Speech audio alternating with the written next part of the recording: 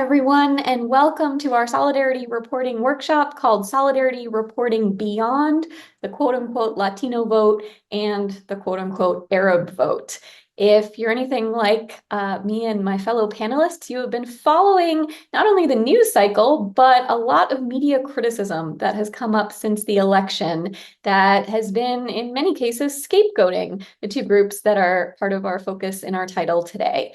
And so a lot of our discussion today will be about unpacking what's been going on and understanding and developing ideas for how journalists can improve. As I mentioned before we started recording, you may have noticed that you are not able to turn on your videos, to chat, or to unmute. You can request to unmute, but that is intentional. We understand that there have been some unfortunate incidents in similar conversations since the election where issues have come up that have made Zoom an unsafe place for some people attending, and we just want to make sure that this is a constructive conversation.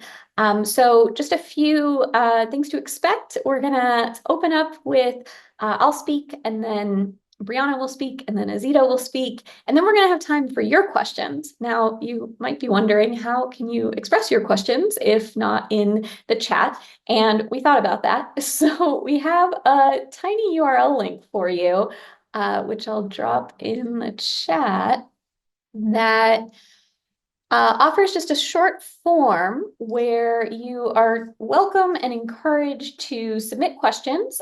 You can include your name if you'd prefer not to include your name. That's perfectly fine too. But we'll be using that form to receive your questions and address the ones that come up at the end of our time together today. In addition, sometimes people are very enthusiastic about the slides that we share.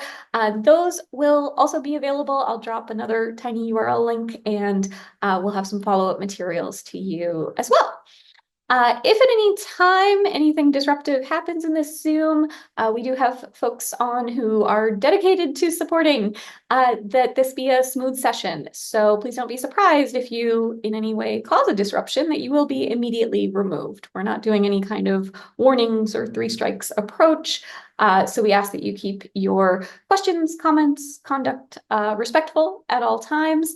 And to note, as I always say in Solidarity Reporting workshops, we call these workshops because we are not offering answers. We are offering a set of ideas that are continuing to be developed, and we welcome yours as well. With that, let's get started.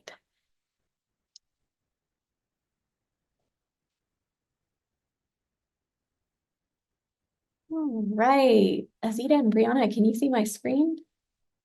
Excellent. Okay, so I'm going to do a little bit of scene setting here to understand what it is that solidarity reporting would have to do with election coverage, and particularly covering the quote-unquote Latino vote and the quote-unquote Arab vote. So oftentimes when I do solidarity reporting workshops with smaller groups, I'll go around the room and ask people, when you hear this word solidarity, what comes to mind? And there's a wide range of things that people will associate with this term solidarity, but very rarely is journalism among the words that come up when we hear this idea of solidarity, which leads to a logical question of, what does solidarity have to do with journalism? Well, I'm very glad you asked. So solidarity, as I define it, is a commitment to social justice that translates into action. Social justice means dignity for everyone in a society. Dignity as a matter of our inherent worth. We don't need to earn our dignity. We actually don't need to qualify for it or get a certification of it. It's something that exists as a matter of basic existence. And one way that we know people's basic dignity is at stake or at risk is when our basic needs for survival, simply as humans, are not being met. And that's going to become quite relevant as we think about what just happened in the 2024 election. So solidarity reporting is when this commitment to social justice translates into actions of journalism that include using solidarity newsworthiness criteria.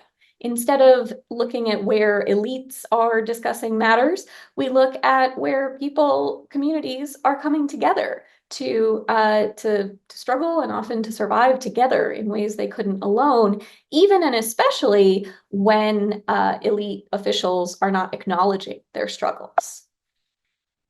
Solidarity in sourcing practices. So this means starting with the people impacted by the issues that you're covering, rather than starting with the academic, rather than starting with the outside analyst or the most powerful official in the equation who may attempt to speak on behalf of people impacted by issues placing their basic survival or dignity at stake.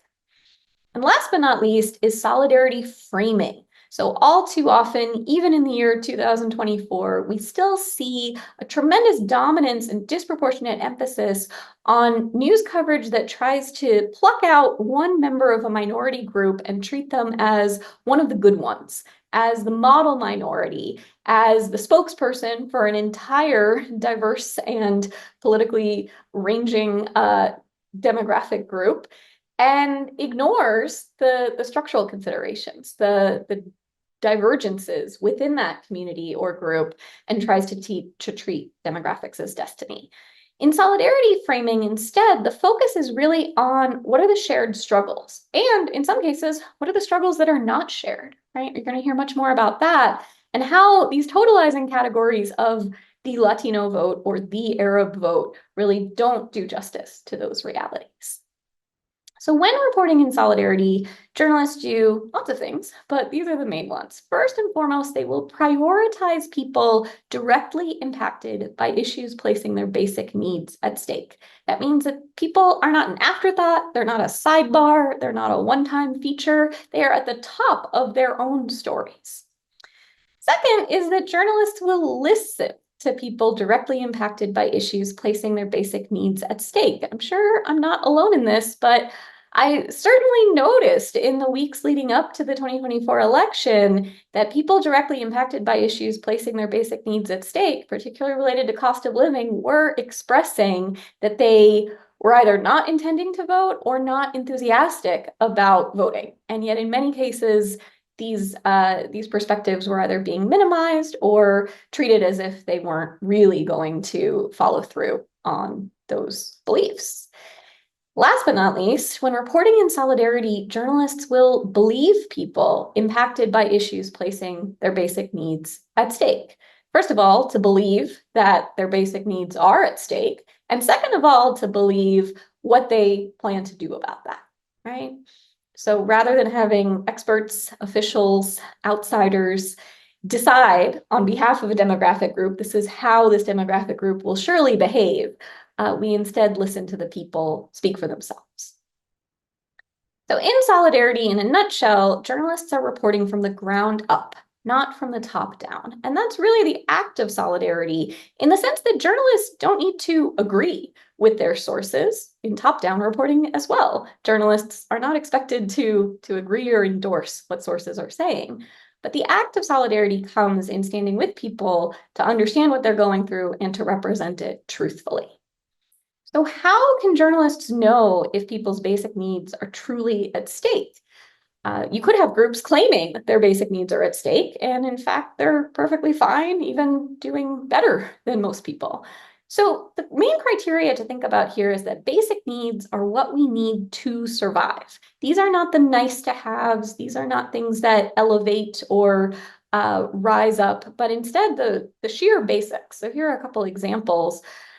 Stable housing. And that means for most people in this country that it's a matter of rent, right? Food, which in most cases translates to a question of grocery prices, and water in places where you're paying for utilities and water is one of those utilities, then we can't just simply choose to opt out of buying food or paying for water and expect to survive. Same thing with housing questions. So these are really the fundamentals that solidarity reporting is interested in. As you can tell, there's not a basic need attached to being aligned or being consistent with expectations of a census demographic group. And you'll hear more about that shortly. So I also wanted to call out, as we think about ways to move beyond simplistic demographic categories, that there are different types of solidarity that have been very relevant to voters and certainly were relevant to voters this November. So the first is probably the most familiar form of solidarity for a lot of folks, which is intra-group solidarity, where we take care of us. Intra means within group. So some examples would be when people organize based on their shared ancestry, their shared heritage, their shared affiliation, and when these shared markers lead to shared political commitments. This could come up with religious communities. It could come up with groups like AAPI or South Asian American. AAPI is not necessarily something that exists out in the world, but it's something that people may choose to organize around as a strategic and political endeavor. Same with South Asian, right? The South Asian region of the world is not altogether known for its solidarity, but in the United States, South Asian Americans may organize together or they may not. Second, we have civic solidarity. So civic solidarity is not necessarily about having a shared ancestry or affiliation, but it's about having a shared location. This means that people are voting based on local concerns, whether or not they're personally affected by them. So one example would be if you have stable housing, but you're aware that homelessness is rising in the city where you live, you may vote in solidarity for more affordable housing and emergency housing, even if you yourself wouldn't necessarily benefit from it, right? It's a local mentality. Similar story with grocery bills. If you yourself are okay, but you have neighbors who are struggling, then we also see cases where people will vote based on a local interest in helping. Third, we have issue-based solidarity, which Martin Luther King Jr. Articulated in his phrase, "An injustice anywhere is a threat to justice everywhere." So issue-based solidarity will transcend location, it'll transcend affiliations, it's not restricted to being within the same group or even within the same location. Instead, these are matters that shape people's political commitments at a level of an issue that goes beyond those subcategories. So one example could be gun violence, another example could be war, ethnic cleansing, genocide. And these are matters where even if you're in a location unaffected by them where you live, that also may shape and has shaped voting behavior. And last but not least, we have something called immediate solidarity, which we see in narratives that explain, let us live, here's what we need from you now. So these are specific concrete needs that people who are in dire situations articulate.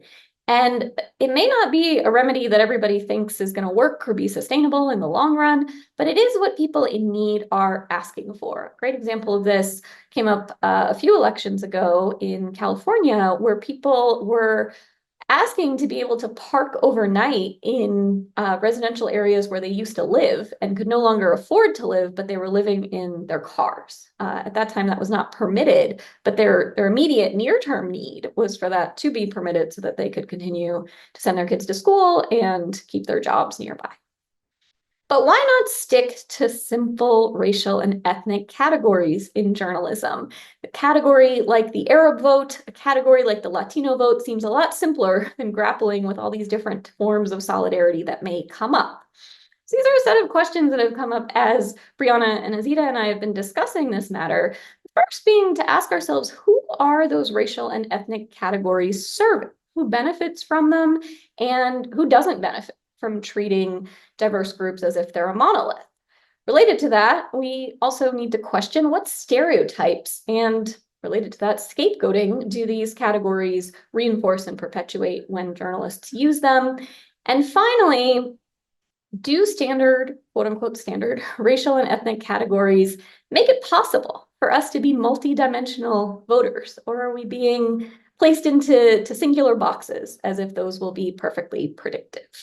So I'll wrap up by saying that very frequently, not only in the 2024 election and aftermath, but throughout US journalism's history, there's been a dominant tendency to use a census logic. And a census logic, for those of you who have filled out a census, it's really a fixed set of identifiers, of categories. And they're really answering the question of what are you? Whereas a solidarity logic in journalism pushes much more towards asking the question of what are your commitments, concerns, values, needs, struggles, and hopes, and how do you intend to act on these commitments? With that, I'm very happy to turn it over to Briana, both Briana and Azita are gonna speak on two levels. One is the main issues we see with these monolith categories and some specific practices that you as journalists might use to move beyond them. Thank you very much. Awesome. Cool. Well, thank you, Anita. I really appreciate that framing. It's very important to go into. I'll be using that when I'm talking about the Latino vote and largely about kind of how to write and talk about the community in general. So I think first off, before we get into it, I think a very good point was made about scapegoating. Um, it's like I've been, I had recently wrote about the Latino vote and I kind of talked about how both there needs to be a reckoning, especially within the community, of why we are turning more conservative and also to really lay blame on the establishment. So I am not big on electoral politics. I do not talk from a point of trying to mobilize people to vote for the Democrats. I think they lost their vote and they deserved that loss because they were not listening to the concerns of so many communities, people who were opposed to the occupation in Palestine, people who have class poverty concerns. They were not paying attention to that. So I don't support the Democratic Party, and it's not necessarily, I'm not speaking in favor of them or trying to help them do their job, but to speak to what are the trends we're seeing electorally, and also when you're writing about it, however you orient to electoral politics, how do we write about it? So I think that that's really important. Like they really kind of deserve the blame for a lot of that. And I'm positioned as someone who is Black and I'm Latina, so I might have some like harsher criticisms, but overall, like the kind of xenophobic backlash blaming the community as if there hasn't been we're living in a colonial settler state. That's what's happening, right? So I think it's really important to understand that first and foremost. And I think especially there's been such a defensiveness from Democrats to blame the quote unquote Arab vote and the quote unquote Latin vote. And that's, I don't accept that, but I do want to move from a place of when we're analyzing it in good faith, how to talk about it. And so with that, how to analyze it in good faith. I'll offer perspectives as much as possible, but yeah, it's not exhaustive for sure. But I think the first thing that's really important to know is, yeah, what is the Latin vote? So we do take a very sensitive approach, which is like, are you Hispanic, non-Hispanic? And that's kind of it. You can't pick your race. So that's a first decoupling, race versus ethnicity. My ethnicity is Latino, Latina American, but I am Dominican and my race is Black. I'm a Black person, I'm a mixed race Black person, but that's my race. That's going to be different than, someone who comes from another community, a white Cuban in Florida, mixed race, non-Hispanic Mexican in California, an indigenous person who is from so-called South America, Latin America, who lives in New York. We all have very different ethnic, cultural, class, racial experiences that cannot be flattened. I live in Chicago. The communities here, there's a lot of Latins here, but they're largely non-Black Mexicans from a very white part of Mexico and Puerto Ricans. I have a lot more in common culturally with Puerto Ricans, but there is still like a huge cultural divide. I'll talk to people all the time and they assume things that I know things or have competency. And I'm like, no, I am a Dominican from Michigan. There's going to be things that we have to learn from each other. So I think that's something that both outside of the community that we don't know how to talk about, but also within the community. So if having to try to reckon as someone who maybe is not Hispanic or Latin with like, how do you talk about race, skin color is often a way we talk about race, class, nation of origin. If you find that that's hard to talk about, that's because we ourselves do not know how to talk about it. When I am first talking to people and I'm clear about mentioning race, people will often be confused. Latins, I'm talking about other Latins, will be confused. They won't know how to orient themselves. They'll kind of be like, well, no, yeah, we don't really do that. Where we come from, we don't do race. Or, they'll be like, well, why do you identify as Black when you're mixed? The mixed identity is big in Latin America. So I'm considered mixed in my parents' home country versus here where I identify strongly with my Blackness. So there's those questions. So it's hard because it's even within our community, there's a lot of ignorance, but there's also a lot of I'll just say dishonesty, because we'll say we don't know. And then if I meet a Cuban, a Puerto Rican, or Dominican, the first three things out of their mouth is going to be talking about my hair texture and my skin color to position me. Ah, you're kind of like morena, you're kind of mixed. You have the looser curls. That's the first thing that they read about you and they tell you. And then if someone's darker skin, they'll do that. If they have a different hair texture, they'll do that. And then they'll assign value and they'll tell you something.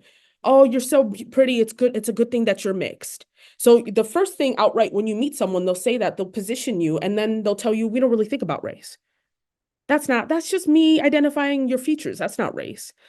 But it's like my constant being here. And that's if within my community, within like West Indian, Spanish speaking West Indians, if I'm talking about outside of my community, people don't even read me as Hispanic. They just assume I am an African American, I'm a non-Hispanic Black person, and then that's its own set of things. So I think in terms of reporting, being able to understand all those complexities and going into that, I think is a good way to understand then what we're looking at in terms of votes and in terms of cultural context. And I want to go into that a bit.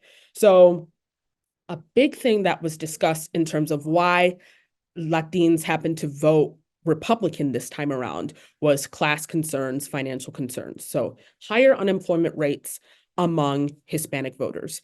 The national average for unemployment is 4.1%. So that's not accounting for any race. That's just a national average. And for Hispanics, again, this large group, it is 5.1%.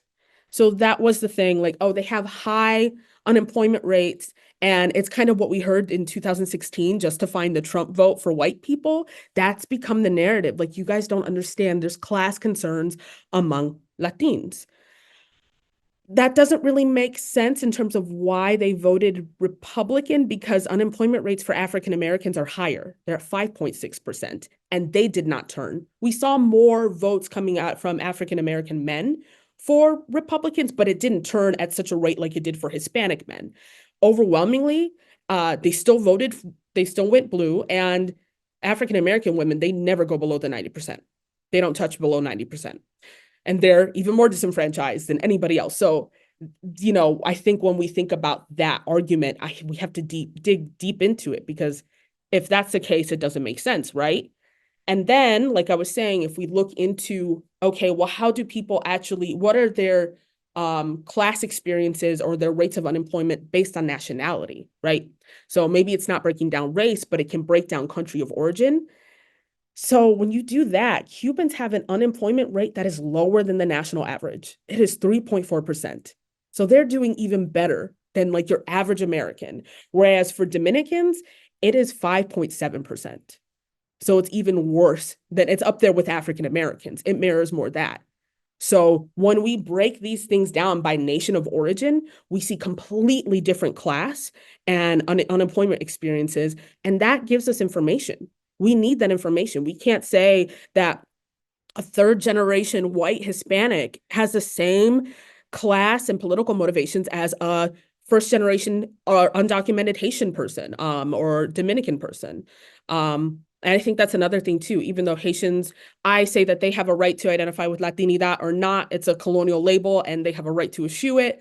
But I think when we talk about Latinos, we also have to talk about Haitian people too. Like, what are their rates of unemployment? How are they harmed or even exploited by Hispanic immigrants here, right? So I think that when we're talking about why did this happen? There's these class concerns. There's so much that you can break down even in terms of that. And it's a matter of looking at the numbers. Like, if you're going and you want to find this information, increasingly there is a lot more kind of reporting or looking into how things break down based on where they're from, region, all of that. So we're getting a more holistic answer than just Hispanics vote like this for this reasons. This is how much money they make. This is their unemployment. It's breaking down further because those differences mean a lot.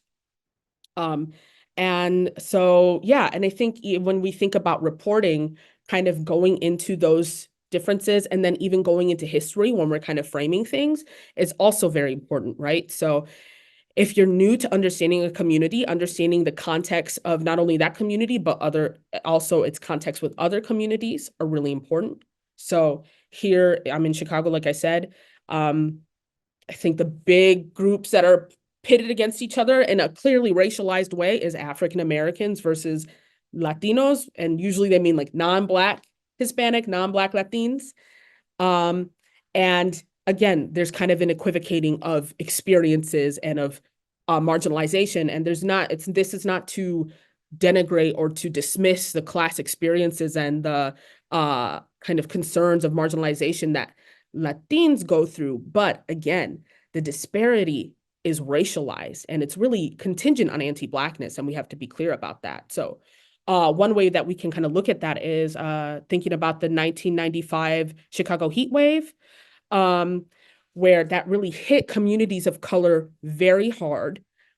The difference between how it hit South Lawndale, which is traditionally now called La Villita, Little Village, versus North Lawndale, stark.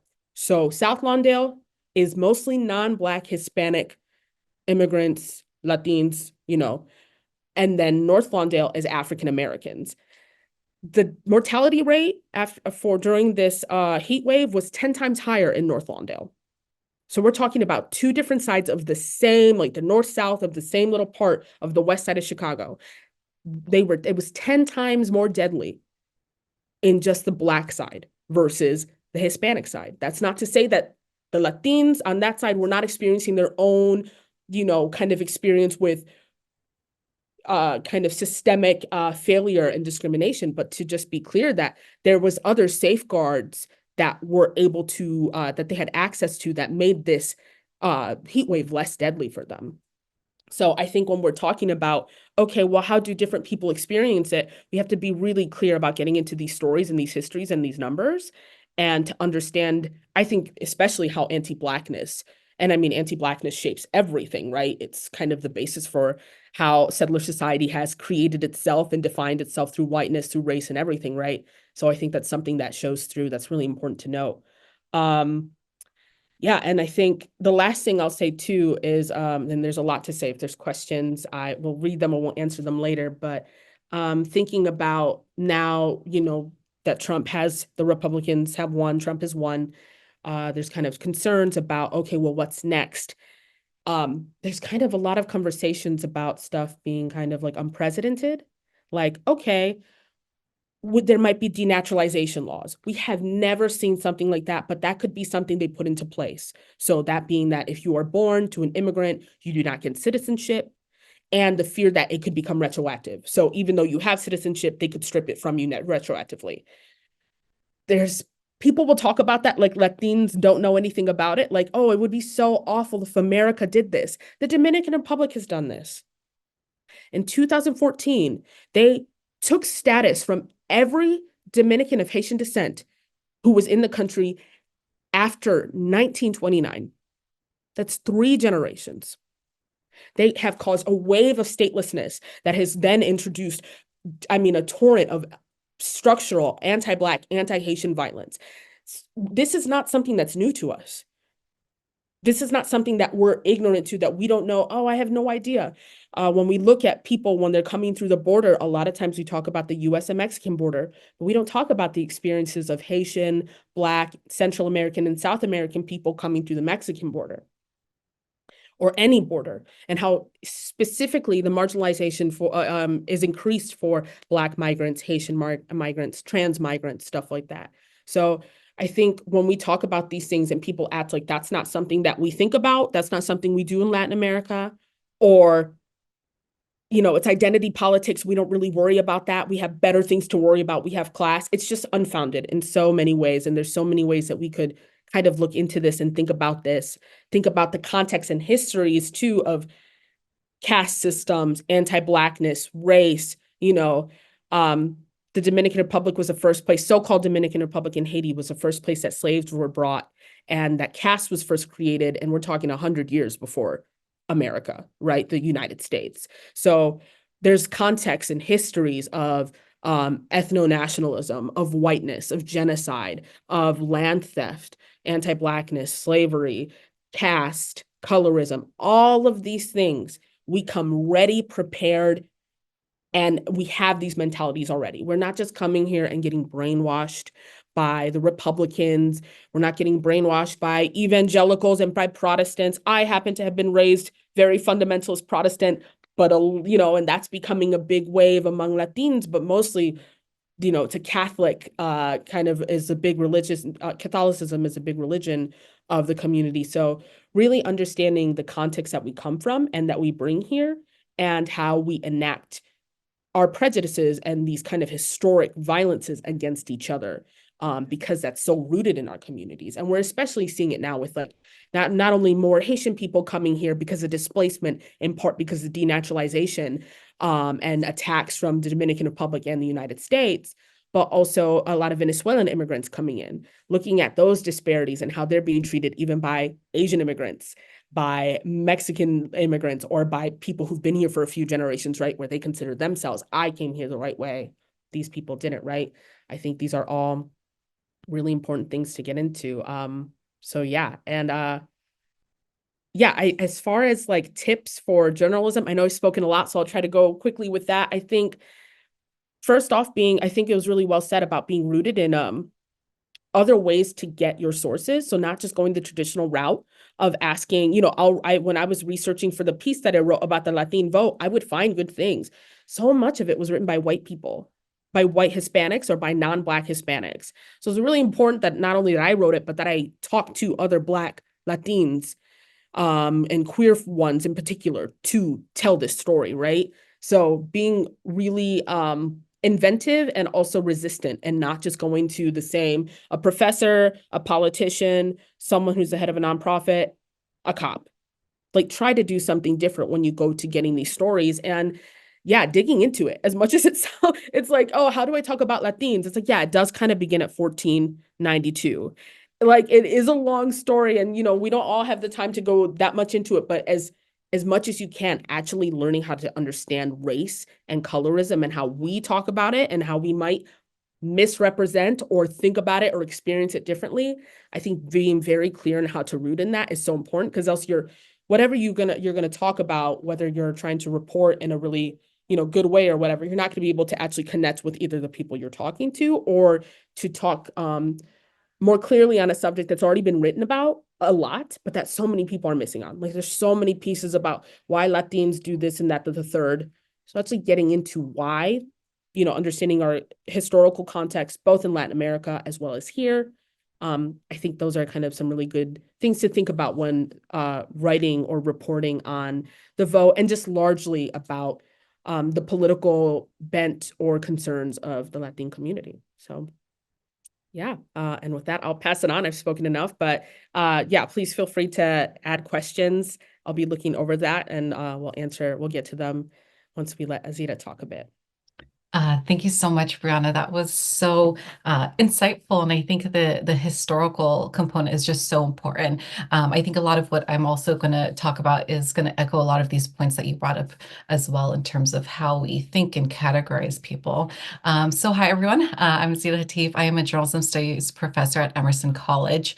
And I am going to share my screen in just one second. Here we go. Okay. Okay. A little bit about some of my work and how this connects to the conversation that we're having this evening. So my work really engages these questions around visibility and representation, especially as it relates to minoritized groups. Visibility, for example, the extent to which minority groups are represented in media and in politics is oftentimes decided by those who are in positions of power.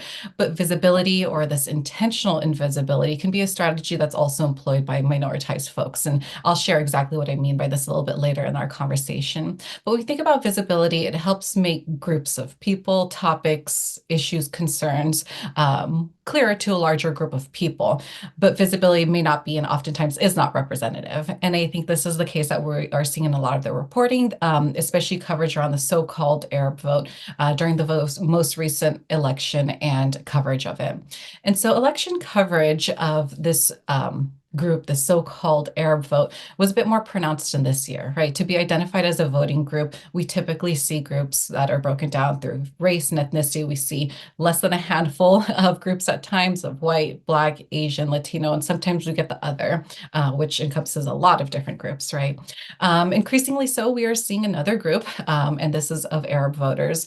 While there are large Arab communities in the US with very long histories, in this election, we started to see a bit more coverage of the so-called Arab vote. And so the Arab American Institute began polling Arab communities over 30 years ago. And this research has found that Arab communities have consistently leaned towards the Democratic Party.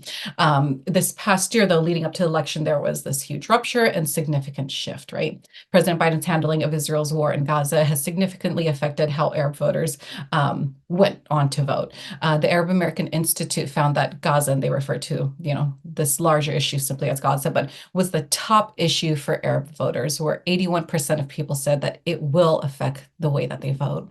And so presidential candidate Kamala Harris's refusal to break from Biden's policy and the staggering number of Palestinians killed and who continue to be killed has really shifted how this group of voters have traditionally leaned in terms of who they vote for. And so leading up into the election, both Trump and Harris had essentially tied, with Trump being favored 42% to Harris's 41% among Arab voters that were interviewed and surveyed here.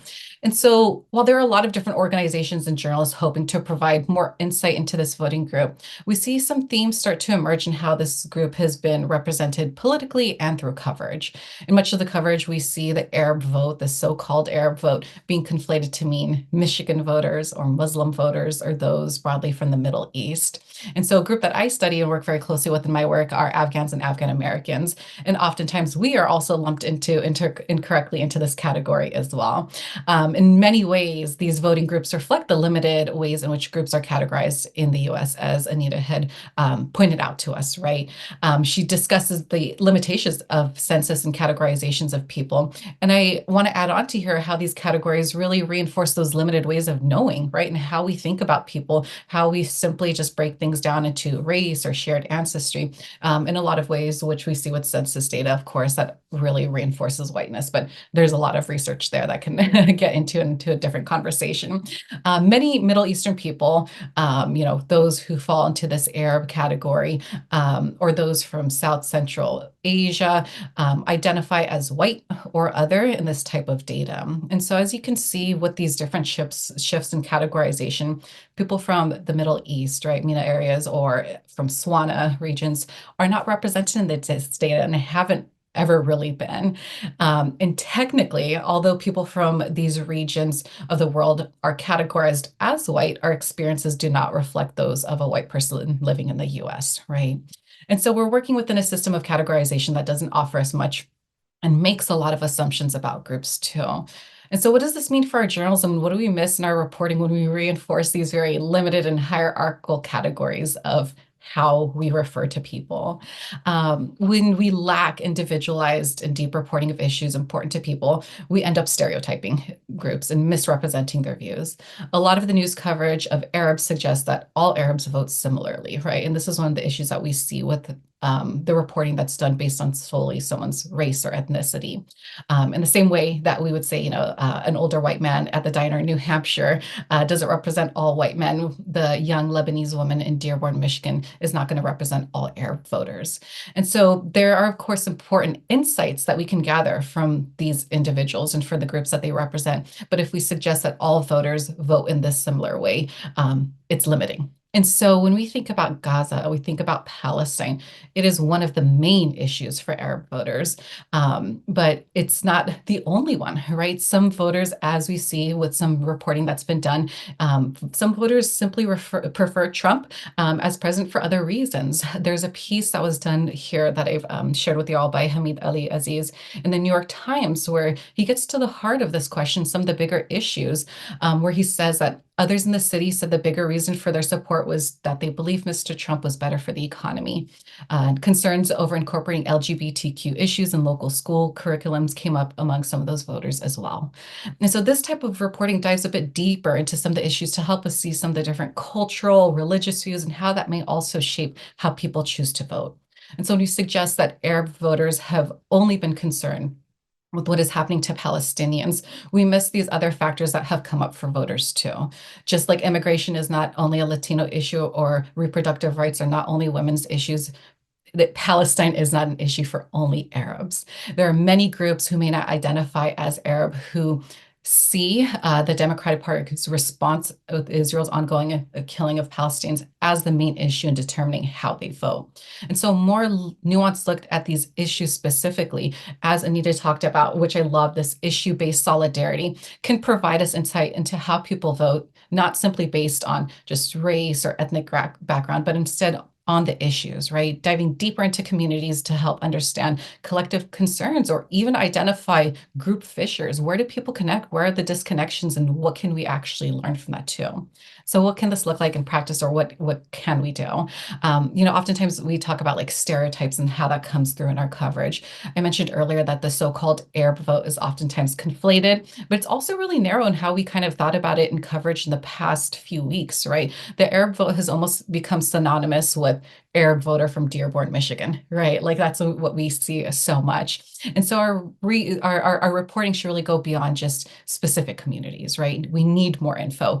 Arabs who are third, fourth generation think very differently than recent refugees or immigrants. Arab men may vote very differently from Arab women. The level of education and income, like any group, may affect how they vote, right? We see that when groups become a larger voting bloc, they get a bit more of that coverage. We start to see things that are beyond race or ethnic background that include things like socioeconomic status and, gender, whatever it may be. But we can't be limited on these categorizations of people based simply on just race or ethnic background. Instead, we work to understand people and how they choose to identify themselves and the issues that are important to them. Think about asking people how they identify. Do people see themselves in this hyphenated identity? Do they see themselves as Lebanese American, as Moroccan American? I think connection or understanding how people connect to that Americanness of their identity is really important because it helps us also understand how people feel a sense of belongingness to this country or not, which can tell us a lot about where they stand on different issues. Resisting the urge to categorize based on shared heritage or a few parts of people's identities, right? There's so many different factors that really influence how people are going to respond to issues, which leads me to this point I think that Anita was talking about, where we need this dynamic reporting of actual issues, right? Israel's ongoing war, the killing of Palestinians has been monumental in shaping behaviors, right? We haven't really quite seen something like this in a really long time, especially among the so-called Arab group of voters. But there's more, right? Trump's policies have connected with so many people, and it's not just white Americans, right? His promises of bringing peace to the Middle East has resonated with so many. The fact that he connected with so many community members in these areas becomes really important. But so has his approach to the economy, for example, right? And so rather than assuming that the only factor affecting voting for Arab communities is Gaza and the Palestinian cause, it creates the type of reporting that we did see oftentimes in the past few weeks, right? And leading up to the election. Witnessing the suffering of Palestinians for over a year leading up to the election had a significant impact on how Arab communities voted, but it was not an issue that was only for Arab or Muslim voters, right? There are many people in communities who also say that the Palestinian cause was the main reason in shaping how they chose to vote. So it's not only a topic of concern for Arab or Muslim voters, but increasingly so young progressives, right? There's a lot when you think about like Gen Z or different groups. And so that contextualization becomes really important. Why has the Palestinian cause connected so deeply with so many different groups in the US, right? Not just folks who may identify as Muslim or Arab. And so when we don't dive deeper into how these groups come together around different issues, we may risk marginalizing these views, right? And so I think solidarity, as Anita really talked about, gets into the listening, the believing, right? When we conduct this dynamic type of reporting, when we listen to people and believe them, it helps us understand what issues are important to folks. The expectation that Arab voters would automatically vote for Harris because the group has typically leaned Democrat or because of Biden's track record in these places demonstrates what is being overlooked and undervalued.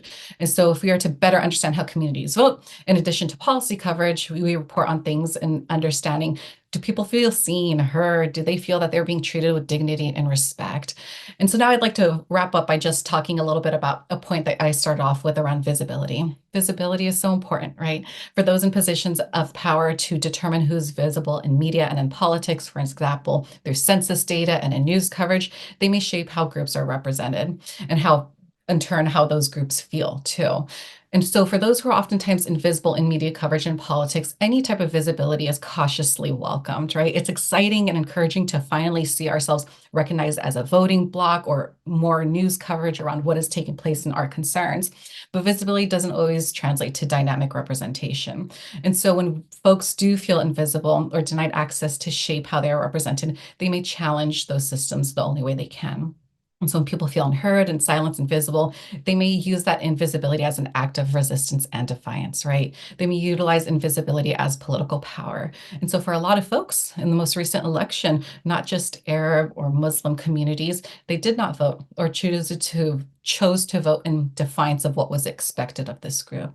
And so last point, just to summarize, I encourage deep contextualization, right, of these issues. And we can see really, really great examples of what gets to the heart of these issues and provides contextualization. The Palestinian cause was and continues to be one of the most important issues for Arab voters, but it's not the only issue shaping how Arab people vote. Diving deeper into communities and beyond the few enclaves may help work towards this thematic coverage of voting.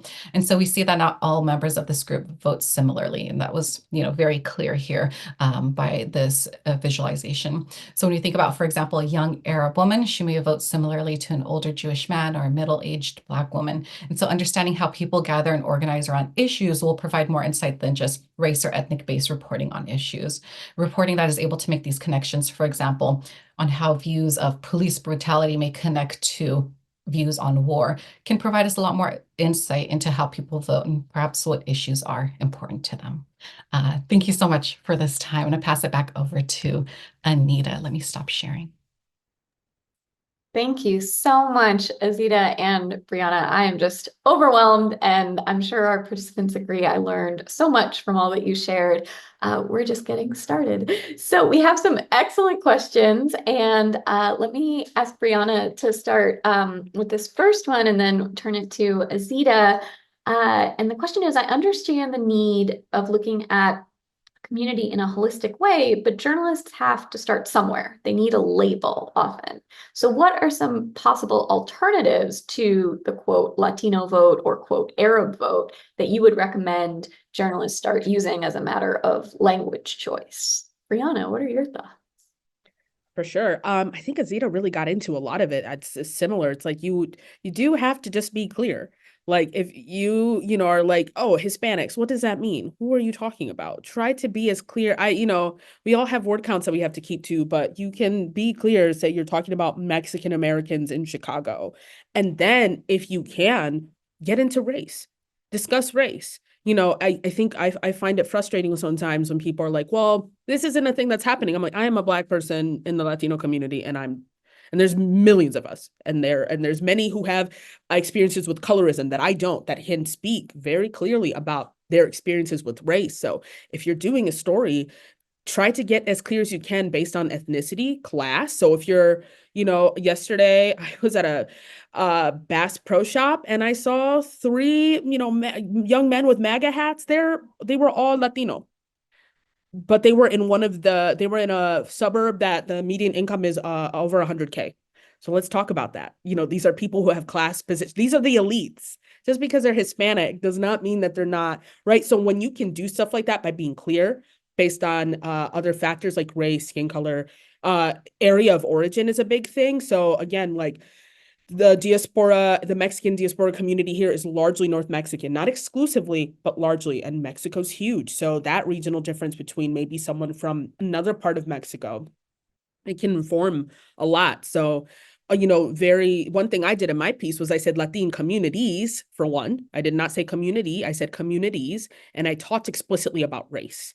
And I talked explicitly about colorism and about anti-Haitianism as well. I think that's even another factor that I especially take very seriously as a Dominican.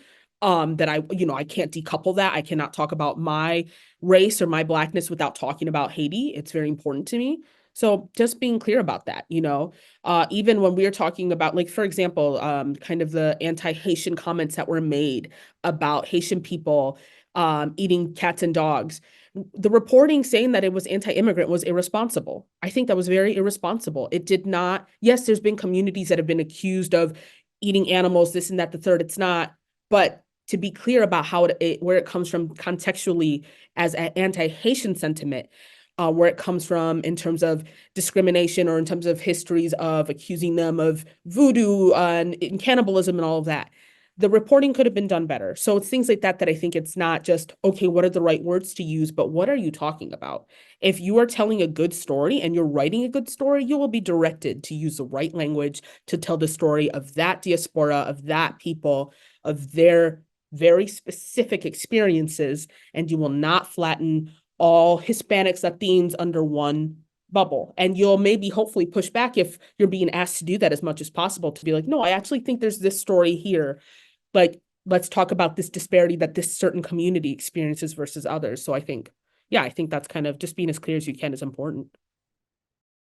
Yeah, I think just to add very briefly, because I want to make sure we get into the other questions, but I think like Brianna mentioned, like it's so important to think about removing like the capital the, right? Like the the community or saying communities, right? And I think it's also important to take into context that like a lot of the political dimensions too, right? Like someone from Saudi Arabia perhaps has very different experiences than someone from Syria, right? And so I think like it's really important to think about a lot of these different dimensions around class, right? And all of these different factors that become important that I think go beyond just like race or ethnicity. I think it's important to ask people how they choose to identify, and perhaps someone is like, yes, I'm Arab American, I'm Afghan American, however they choose to identify, but to also give folks the agency to be able to identify how they wish.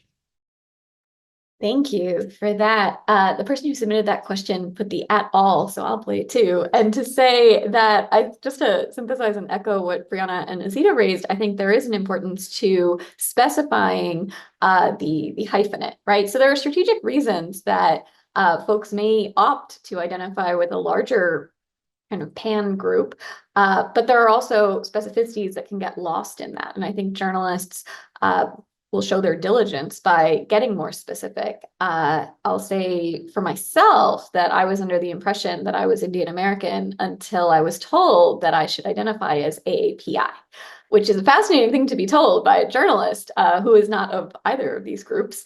And there's lots of people in Indian American communities who push back against the idea of any kind of Pan-Asian identity. But there is variation, right? So digging into the story, I think, is where journalists can start.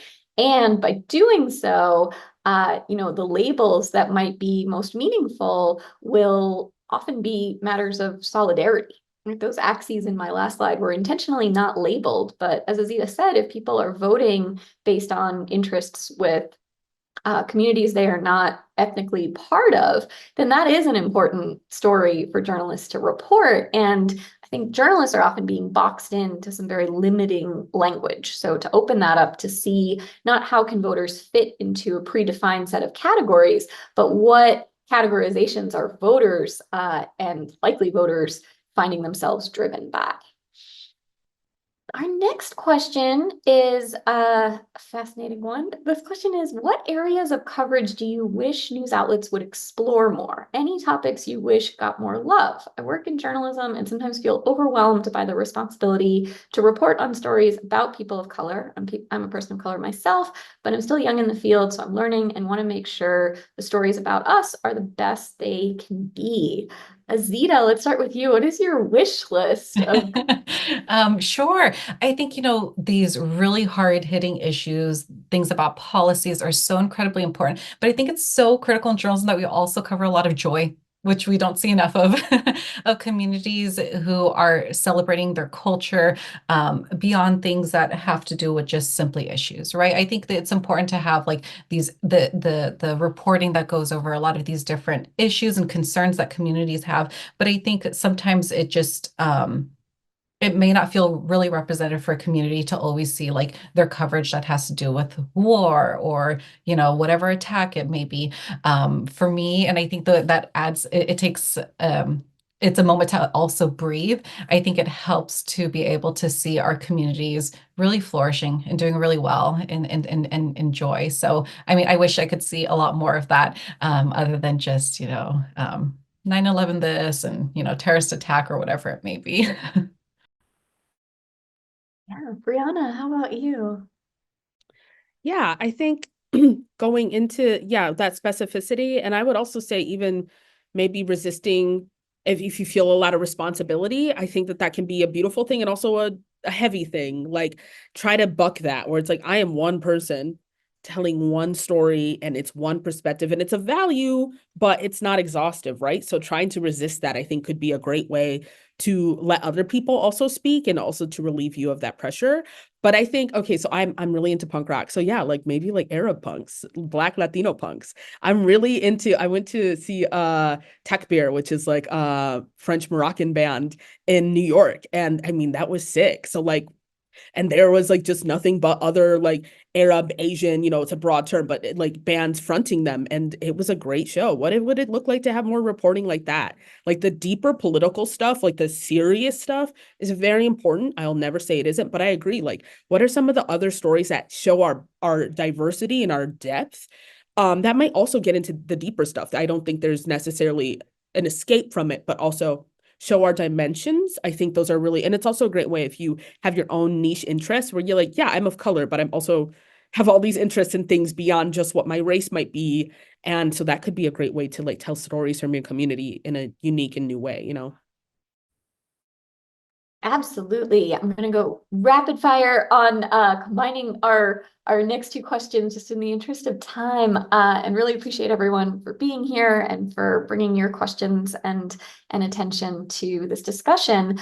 But to synthesize these questions, which I do think are related, we see increasing polarization across the US and a lot of antagonisms that are coming up. So on the one hand, lots of journalists who are in the room right now do not wish to reinforce problematic categories. On the other hand, trying to accurately tell the story of these antagonisms and where they're rooted. I wonder if either of you have thoughts on how to do that in ways that are not reductive or stereotyping to say all group A are against group B, for example. Brianna, do you want to start? Yeah. So very lucky that we only have a minute left because I have a very complex relationship with the word polarization. I don't know what's more polarizing than living in a settler colony built on genocide and anti-Blackness. So I think that's the foundational polarization. Whether or not I, as someone who sits on the left, like on the far left, is necessarily willing to hold hands with the fascists, I don't think that's polarization. But in terms of genuinely wanting to have these conversations of solidarity, I think being honest. I think that again, like I started and I said there, I don't want to sit there and say the reason we have white supremacy is because of Mexican Americans. I'm not saying that, but I'm not going to pretend like, oh, this is a marginalized group that I have to coddle and baby. I think that when you do that at the expense of the most marginalized people in those communities. You do it at the expense of indigenous people from so-called Latin America, from Black people, especially dark-skinned Black people, right? At the expense of Haitians. So if you're having these conversations with your families, or if you're trying to look at how to get around this, going and being very protective and being like, well, we have to understand where they're marginalized. That's a way that you can easily coddle them and shut down conversations and pain and frustration from the most marginalized. So you have to have hard conversations. You have to talk about anti-Blackness, colorism, xenophobia, anti-immigrant sentiments with your community. Doesn't matter if if it's hard or if they're, well, they don't mean to, all these excuses. I think that's infantilizing and it's self-racist. So I think just being honest about where we're rooted and maybe coming from a place where you're like, I'm willing to teach you, but you are anti-Black. I'm willing to walk through this, but you are racist. I'm not gonna, don't cede ground on that, I think is important. So it might be more harsh, but I think the other approaches have not worked. So, Azita, what do you think? I mean, that's, I agree with you, Brianna. I think that is a fantastic way. And also, when we think about it in our coverage too, I think our coverage needs to be that honest as well, right? Like to talk about anti-Blackness in this country, to talk about, all of these different issues, because I think it could be, to bring a point back from earlier. And as you're mentioning, Brianna, like, it doesn't matter what it is that we're covering. We need to include that historical contextualization to better understand what is taking place, right? And so we need to have those conversations in our communities, one-on-one, at the bar, whatever it may be, but also in our work, right? And to be able to push those boundaries a little bit more to say, like, these are the issues. Like, we cannot uncouple these tensions. But I'll leave it right there because I know time. Thank you so much. I will offer one concluding thought, which is something that Brianna and Azita and I were talking about in preparation for today. And that's the mythology of the American melting pot, this notion of inherent immigrant solidarity, that we come with our cultural traditions, our excellent food and music, and everything's great. And these mythologies are not true to what's happening on the ground. So I just want to end by thanking both of our panelists, all of you as participants, and encourage you to continue the conversation. Thank you very much.